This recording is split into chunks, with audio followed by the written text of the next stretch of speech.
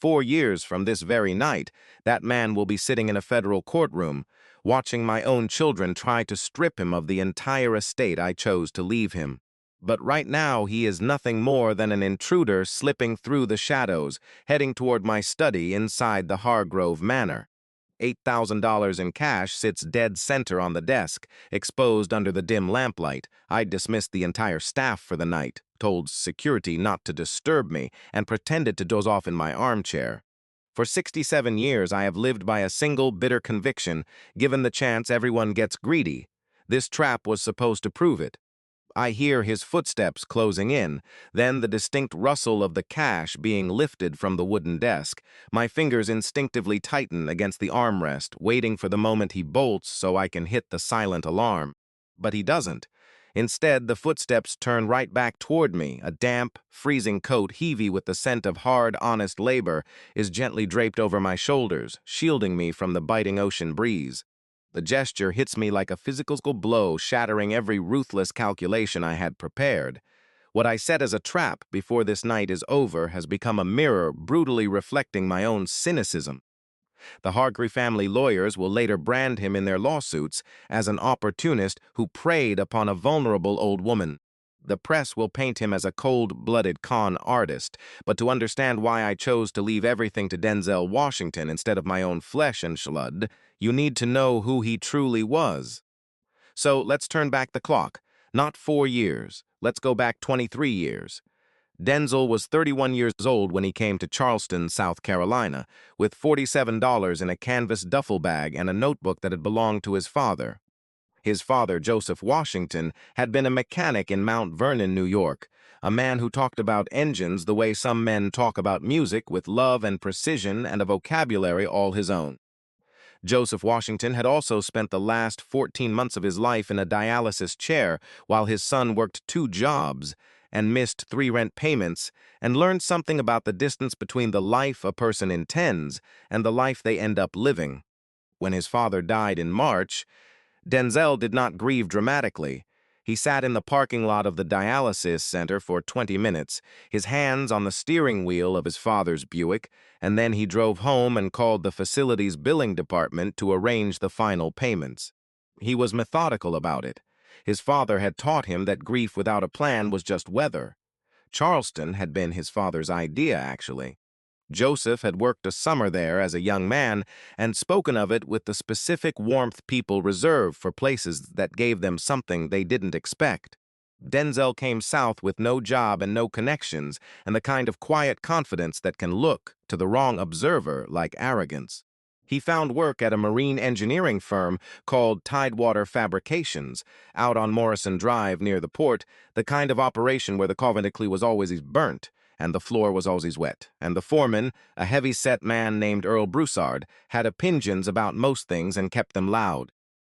Denzel was hired to do basic hull inspections and learned within 3 weeks that half the diagnostic equipment the company used was outdated by 12 years and calibrated to tolerance levels the industry had quietly abandoned. He mentioned this once to Earl. Earl told him to do his job and leave the thinking to people who got paid for it. Denzel bought 2 textbooks on marine structural analysis with money he did not entirely have and read them at his kitchen table in the apartment on Rutledge Avenue where the ceiling fan ran in February because the heat had no off switch. He built his own calibration rig from parts he sourced from a marine salvage yard on James Island. On his own time on weekends, he began reworking the inspection protocols that Tidewater used on the contract vessels they serviced. He did not announce this. He did not ask permission. 3 months later, a vessel inspection Denzel had personally signed off on a stress fracture in a keel section that the previous protocol would have missed at that stage. The fracture was significant. The vessel was operated by a mid-sized shipping concern with a contract worth just over $4 million to a company called Hargrove Maritime, which was itself a subsidiary of the Hargrove family's holdings. The report crossed the desk of a man named Charles Whitmore, Hargrove Maritime's director of operations, who called Tidewater Fabrications directly and asked to speak with whoever had written the inspection. Earl Broussard took that call, accepted the compliment, and said nothing specific about who had actually done the work. Denzel did not know any of this. He went to work the next day in the same clothes he always wore, dark canvas pants and a gray hoodie that had survived more winters than it had any right to. He made his own coffee because Earl's was genuinely undrinkable. He clocked in at 7:14. He was good at his job in the quiet, unhurried way of someone who does not require acknowledgement to continue. That was the shape of his life for 2 years, steady, invisible, capable. Then his father's notebook ran out of pages. It sounds like a small thing. It was not a small thing. Joseph Washington had kept that notebook for 30 years, filling it with calculations and observations and diagrams, and on the last pages, something different. Notes in smaller handwriting, more careful, that Denzel had never fully read until the book was almost full. Observations about materials, about stress and load and the way things hold together under pressure they weren't designed for. Ideas that were, Denzel realized as he read them by lamplight on a Tuesday night, the foundation of a structural analysis approach his father had never patented, never published, and never shown to anyone outside the garage where he worked on weekends on other people's engines. His father had been an engineer in his mind for 30 years while working as a mechanic with his hands. The distance between those two things was the distance between the life Joseph Washington had been given and the life he had actually earned. Denzel closed the notebook. He sat at his kitchen table for a long time. Then he opened his laptop and started writing. He did not tell Earl. He did not tell anyone at Tidewater. He used his evenings and his weekends and the specific, focused energy of a man who has just discovered that the thing he is meant to build has been waiting in his family all along. Within 14 months, he had developed a materials stress analysis software framework that was more accurate and 30% faster than anything currently available to mid-tier marine engineering operations. He applied for the first of what would become 6 patents on a Thursday afternoon in March, using a notary public on King Street who charged $30 and did not ask questions. He was still driving his father's Buick when the first licensing inquiry came in. He was still living on Rutledge Avenue when the second one arrived. He was still clocking in at 7:14 at Tidewater Fabrications, still making his own coffee, still doing hull inspections in dark canvas pants and a gray hoodie when the letter arrived from Hargrove Maritime's legal department requesting a meeting with the patent holder of the stress frame analytical suite. Earl Brewser did not know about the patents. Nobody at Tidewater did, and that was about to become a problem because Earl Broussard's had a cousin Osuzit worked at Hargrove Maritime's legal department, and cousins talk.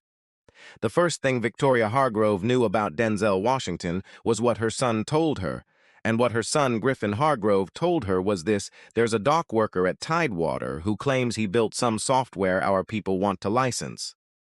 He's asking for a royalty structure that's frankly absurd, and I think someone put him up to it. Victoria had listened to this from her chair at the head of the dinner table and said nothing. She was 67 years old. She had been running one version or another of this family's holdings for 19 years, since her husband Richard's first stroke, and she had long since learned that her son Griffin's assessments of other people's worth were reliably wrong in the same direction every time. Griffin believed that certain people were not, fundamentally, worth taking seriously. He had never once updated this belief in the face of evidence. What software, she asked. Some kind of structural analysis tool? Charles says the inspection team wants it badly. Then perhaps, Victoria said, setting her fork down carefully, we should speak with the man who built it. Griffin had looked at her the way he always looked at her when she said something that didn't fit the story he had already decided on. Like a man trying to reconcile a math problem he thought was solved. Mother, the man works the docks. Victoria looked at her son for a moment. Then she looked back at her plate. She had built the harder half of what the Hargrove name meant. She had done it by understanding better than anyone in the family that competence does not announce itself. It shows up, it works, and if you are not paying attention, it will solve your problems quietly and then leave, and you will never know what you had. She arranged the meeting herself. Denzel walked into Hargrove Maritime's offices on East Bay Street in the same gray hoodie he wore to the dock. He had a folder under his arm and his father's notebook in his jacket pocket, which had worn a permanent rectangle into the lining on the left side. He was 33 years old, lean and unhurried, and he shook Victoria Hargrove's hand with a directness that she clocked in the first 2 seconds and did not forget.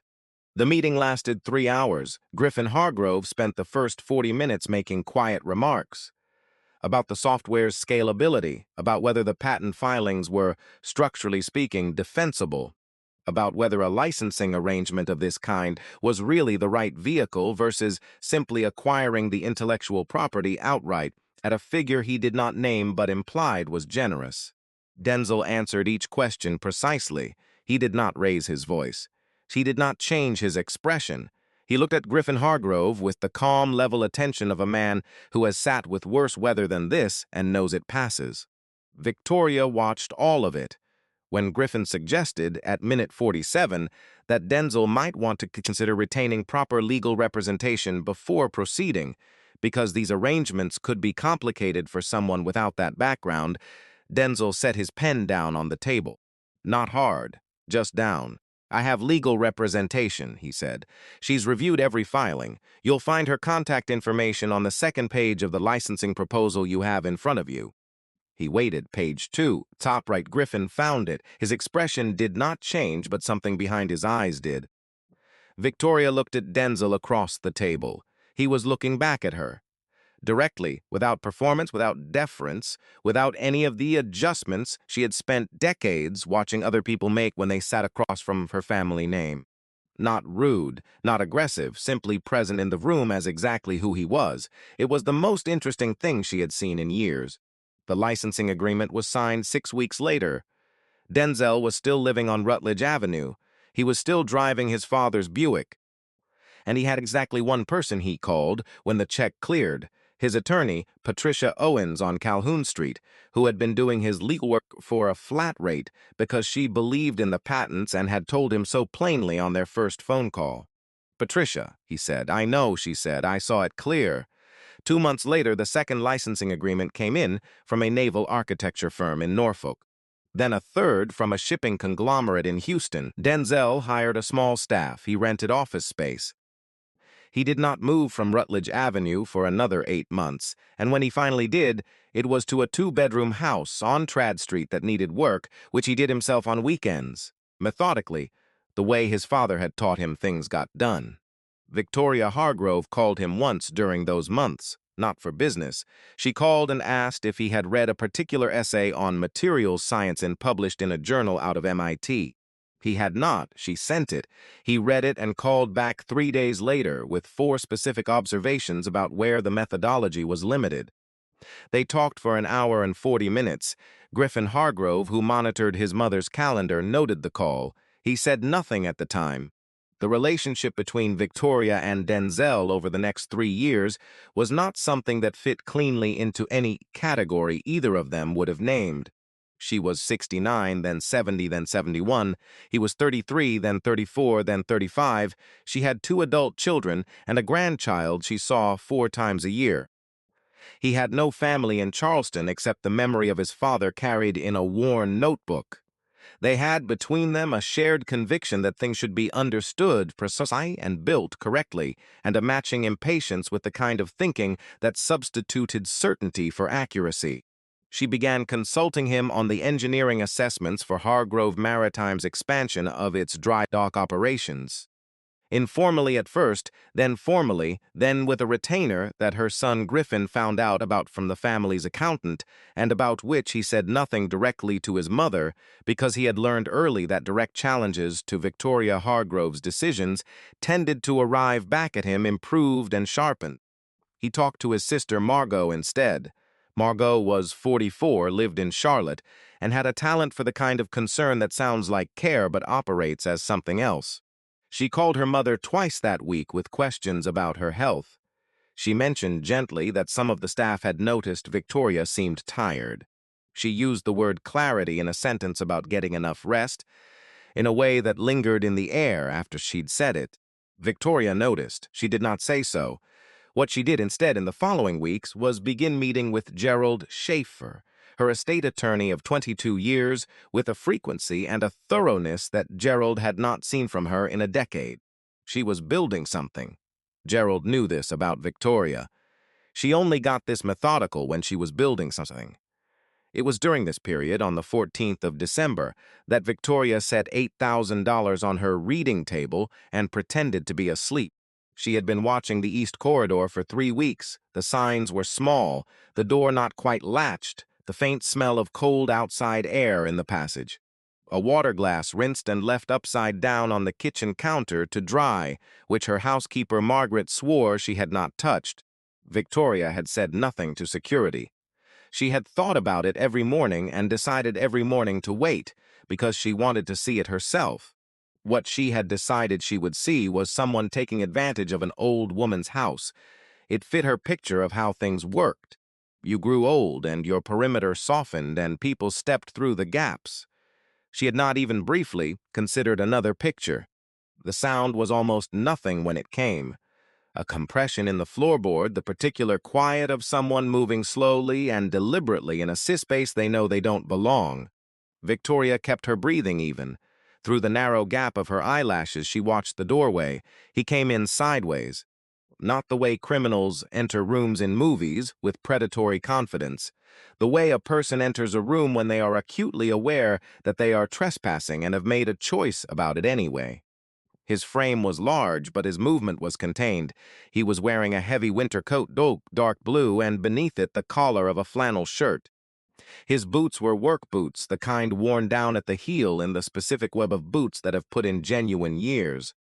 He stood in the doorway and looked at the reading room. Victoria, through her lashes, watched his face. She had expected hunger. She had expected the quick inventory of value that she associated with people entering a space they meant to exploit. Instead, she saw something that she would spend a long time afterward trying to name precisely. He looked at the room the way a person looks at a thing they were always told was not for them. Not with bitterness, not with desire, but with a kind of acknowledgement, as if the room had confirmed something he already knew about the map of the world. He moved toward the fireplace, stopped at a respectful distance.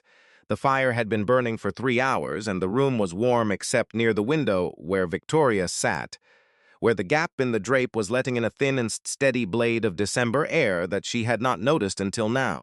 Then something clicked in the hallway, a radiator, or the old house contracting in the cold. The man went still. His eyes moved to the corridor, and in 3 quiet steps, he moved to stand beside the shelving unit to the left of the fireplace, pressing into shadow, which put him directly beside the reading table. Victoria held herself perfectly still. She watched him see the money, $8,000, banded in plain sight, 3 feet from a woman who appeared to be sleeping. She watched him look at it. The stillness that came over him was the stillness of a person confronting a real question, not a hypothetical one. His eyes stayed on the cash for a long moment, then they moved to Victoria. He looked at her the way you look at a person when you are reconsidering what you thought you were doing. She had positioned herself near the window deliberately, because the cold was relevant to the test. But he was not, she understood now, looking at the money anymore. He was looking at her. She was shivering. She hadn't realized it. The gap in the drape had been doing its work for an hour, and the velvet of the chair had not been enough. Her hands, folded in her lap, were cold. And this man, this stranger who had walked in through her east corridor in the middle of the night, was standing 3 feet from $8,000 in cash and looking at a shivering old woman. He reached up and unzipped his coat. Victoria's mind assembled the threat before he finished the motion. He was reaching for something. She had miscalculated, but his hands came back empty. He wasn't reaching for anything hidden. He was taking the coat off. This large, warm, clearly necessary coat in December, in a city where the harbor wind made December serious, and he leaned forward and draped it across her shoulders. His hands never touched her. He was careful about that in a way that she understood on some deep and wordless level had been practiced. The kind of care you develop when you know that your intentions will always be read through a filter you didn't choose. He straightened up. He looked at the money. Then he looked at it one more time and reached out, not to take it, but to pick up the small bronze candlestick from the table's edge and set it on top of the banded notes, anchoring them against the draft. He turned toward the door. Victoria's hand closed around the arm of her chair. Everything she had arranged, security protocols, the practiced calm, the plan to call a number when the moment came, sat perfectly complete and perfectly irrelevant in her mind. She did not move. She did not speak. She sat beneath a stranger's coat and watched him cross the reading room and disappear back into the corridor. For a long time she did not move at all. It was not guilt. Victoria Hargrove had not survived 30 years at the head of this family by being easily undone by guilt. What she felt, sitting there in the silence with his coat around her shoulders, was closer to the sensation of a calculation she had been certain about arriving, cleanly and without ceremony, at the wrong answer. She found him 5 days later. It was not difficult. She knew the east corridor. She knew the service entrance which opened onto the alley behind the property, which backed against the Community Resource Building on Beaufane Street. The center director, a woman named Rosalie Tanner, was initially very careful about what she shared and with whom. Victoria respected this. She gave Rosalie the coat and asked her to return it to its owner, along with a note. The note contained her phone number and nothing else. Denzel called on a Wednesday evening. The conversation lasted 40 minutes. He did not apologize for being in the house, which she noted. He did not explain himself at length either, which she also noted. He said, "I have used the back entrance twice this week. I knew it was wrong. I did it anyway because the alternative was sleeping in my car and I wasn't ready to do that." A pause. "I'm sorry for being in your house without permission. I'm not sorry for the coat." Victoria was quiet for a moment. "The coat was unnecessary," she said. "You were cold?" Another pause. "Longer. Would you come for coffee on Friday?" she said. He came on Friday. He brought his father's notebook. He was wearing a gray hoodie. He looked at the bookshelves in the reading room with the same attention he had given them the first night, and she found herself watching his face with the same focus she'd given it through her eyelashes, but without the pretense this time. They talked for 3 hours. Over the following year, Victoria did something that no one in her family noticed at first because it looked like nothing. She began, quietly and without explanation, ensuring that certain things were documented with a precision her estate had not previously required. Every conversation with Gerald Schaefer, every decision, every directive, every letter.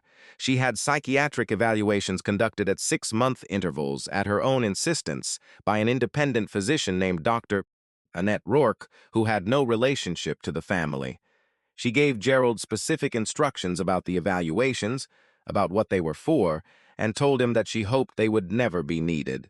Gerald had worked for this family for 22 years. He understood exactly what she was building.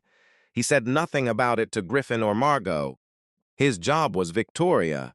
The changes to her estate documents were completed 11 months before she died. Griffin found out on the morning of the reading, sitting in Gerald Schaefer's conference room on Broad Street with his sister Margot to his left, and an expression on his face that Margot would later describe in a phone call to a friend as the look of a man who has just discovered that the building he thought he owned is actually a painting of a building. The estate, the primary holdings, the Hargrove Maritime stake, the Trad Street properties, the investment trust, the majority share of the portfolio had been restructured. Griffin and Margot received the residential property in Charlotte and a cash allocation that was not insignificant and was also, clearly and deliberately, not the main event. The main event was a named trust, administered by Gerald Schaefer, directed by a board of 3 individuals, and seeded with the assets that represented the working core of what Victoria had spent her life building. Named in the documents the Hargrove Washington Foundation for Applied Engineering.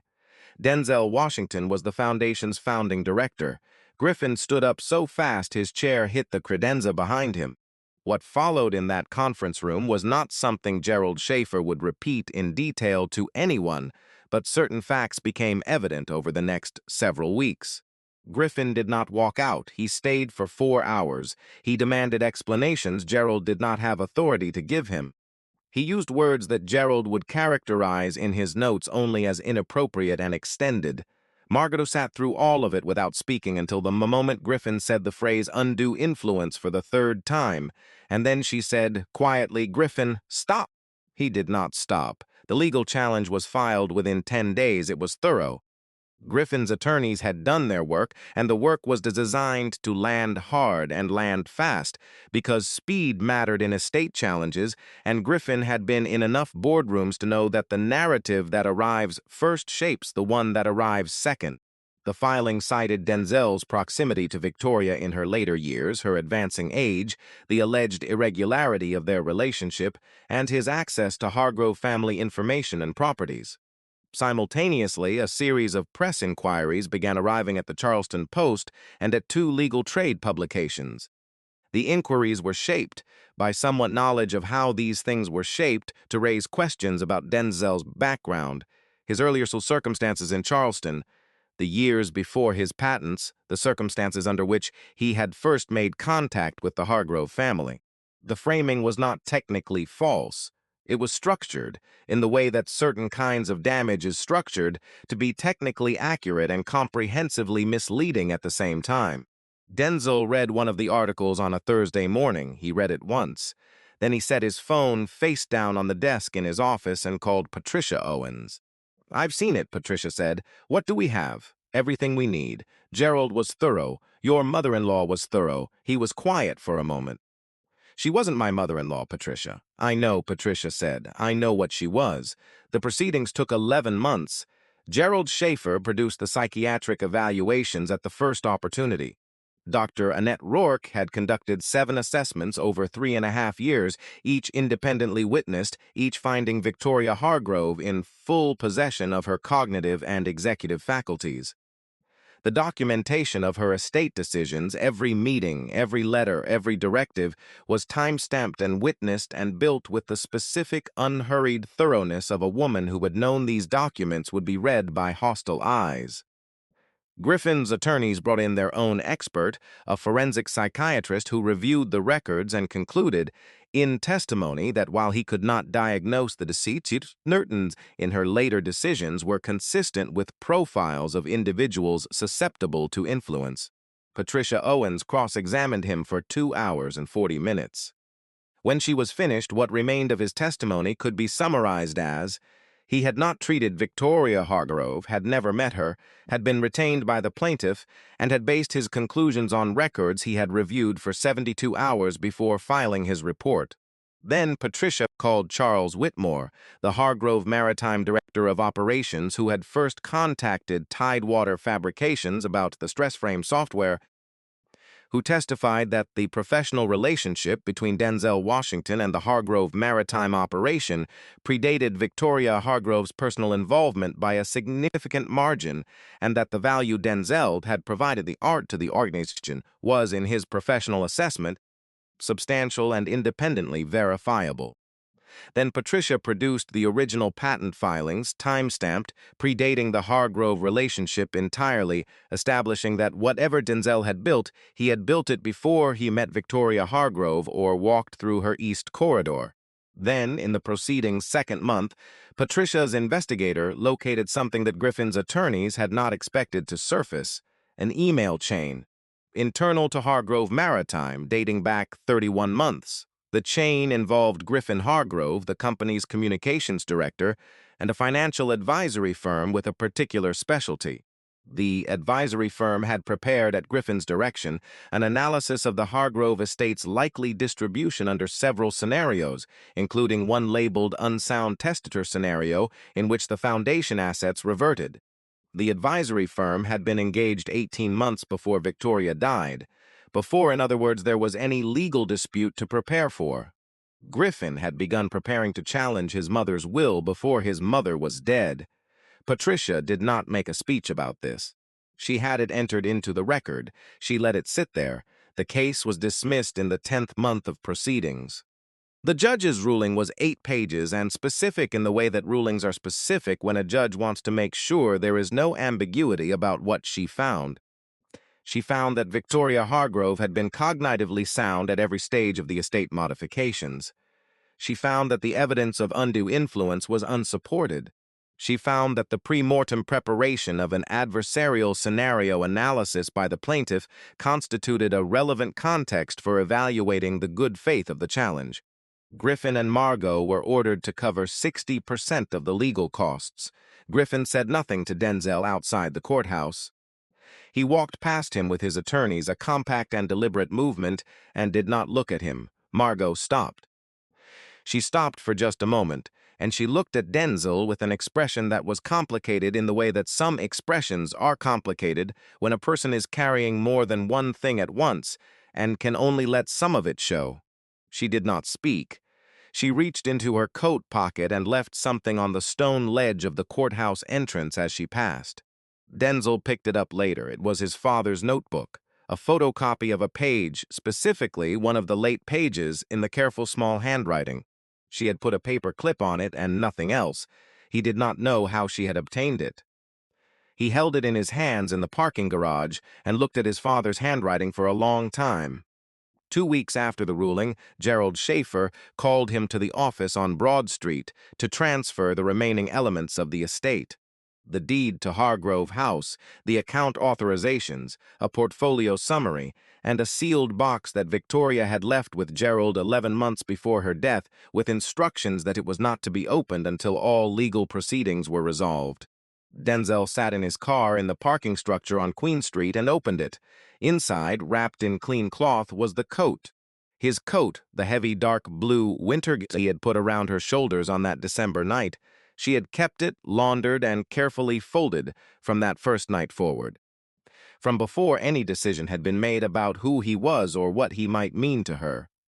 She had kept it from the very beginning, which meant she had never, even that first night, been as certain as she wanted to be about what she believed. Beneath the coat, in a sleeve of fine leather, stamped with his name, was a letter. He read it in the parking garage with the engine off and the Charleston afternoon going about its business around him. The letter was 4 pages and written in her handwriting, which was the decisive, unornamental handwriting of a woman who did not believe in wasting space. It said many things. It said, at one point, near the middle of the 3rd page, "The thing I had been most certain of before you walked into my reading room was that I understood people. I had spent 67 years being certain of this. It took you 11 seconds to show me I had been building that certainty on something other than evidence." It said, near the end, "I kept the coat because I wanted to remember what it felt like to be wrong about something important. I have not always been good at remembering that." The Hargrove Washington Foundation for Applied Engineering opened its offices on East Bay Street 14 months later, in the building that had housed Hargrove Maritime's original operations, which Denzel's had renovated with the attention to structural detail that Patricia called, in the speech she gave at the opening reception, diagnosably thorough. He established a fellowship program for young engineers from backgrounds that did not typically produce marine engineering professionals. The application asked about what they had built, or wanted to build, and why. It asked about their fathers and their mothers, and who had taught them how to look at things carefully. It asked nothing about where they had slept, or what addresses they had used, or whether they had ever walked through a door they weren't supposed to enter. On the morning of the Foundation's first fellowship cohort, Denzel stood in the main reception hall, which had tall windows overlooking the harbor, and watched 23 young people file in. He was 40 years old. He was wearing a gray hoodie and dark canvas pants. He had his father's notebook in his jacket pocket. A young woman paused near the entrance, looking at the display case on the east wall. Inside the case, behind glass, a heavy dark blue winter coat and a handwritten letter, and a small card that read, December 14th. Everything that mattered began here. She looked at the coat and then at Denzel with the expression of someone trying to work out whether this room was actually meant for someone like her.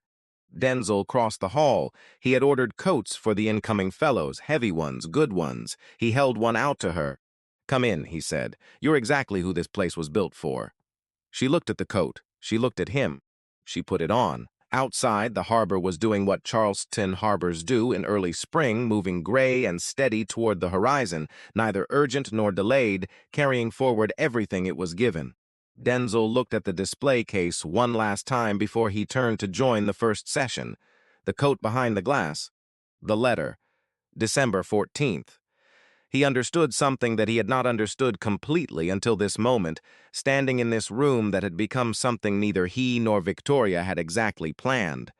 But both of them, in their different ways, had been building toward without knowing it. She had not been testing him that night. She had been testing herself. She had arranged the money and the chair and the trap because she had needed to know whether her certainties could survive contact with a person her certainties had no room for. And what she had found was not the answer she expected. What she had found was a man who looked at $8,000 in cash and a sleeping old woman and chose at cost to himself to make sure she was warm. She had spent the remaining years of her life trying to be worthy of that, not of him specifically. Of the thing he had shown her was still possible, that people can recognize what they have gotten wrong and do the slow, unglamorous work of building something truer in its place. Griffin Hargrove's legal practice continued in the years that followed. His name appeared less in certain circles. He kept a lower profile than he had before the proceedings.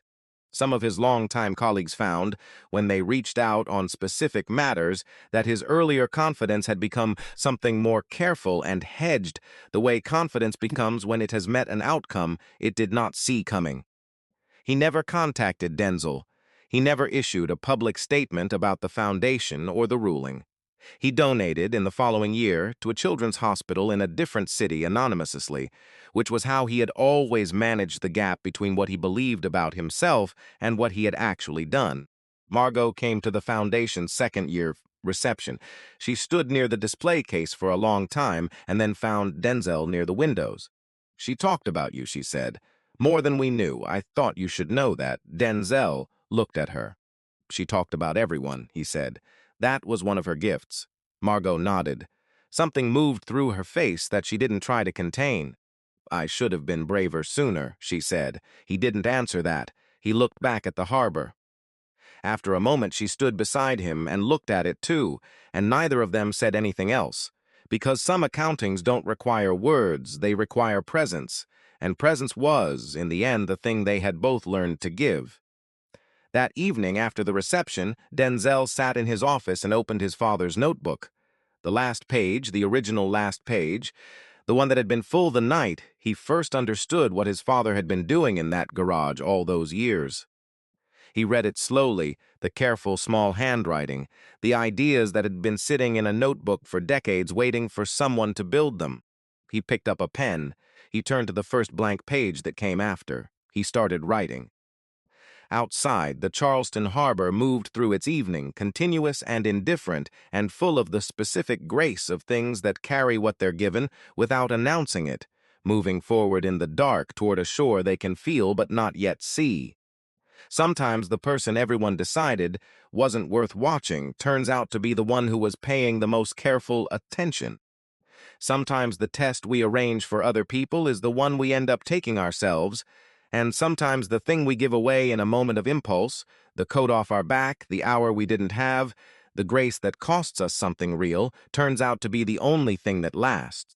Victoria Hargrove spent 67 years building an empire. In the end, the thing that outlived it was a coat she returned and a letter she wrote, and a question she finally allowed herself to answer honestly. That is worth sitting with for a moment. Most of us will not be tested the way Denzel was that December night. But most of us have had a version of that room, a moment when we could have taken something that was sitting right there, and we could have justified it easily, and no one would have known. What we do in that moment when no one is watching and the cost is real, that is where our actual character lives. Not in the decisions we make when people are looking, in the ones we make when they're not. If this story stayed with you, I'd love to hear your thoughts in the comments. Have you ever witnessed someone being underestimated only to discover who they really were? Share your story below. And if you want more stories like this, stories about ordinary people with extraordinary hidden depths, hit that subscribe button. I'll see you in the next one.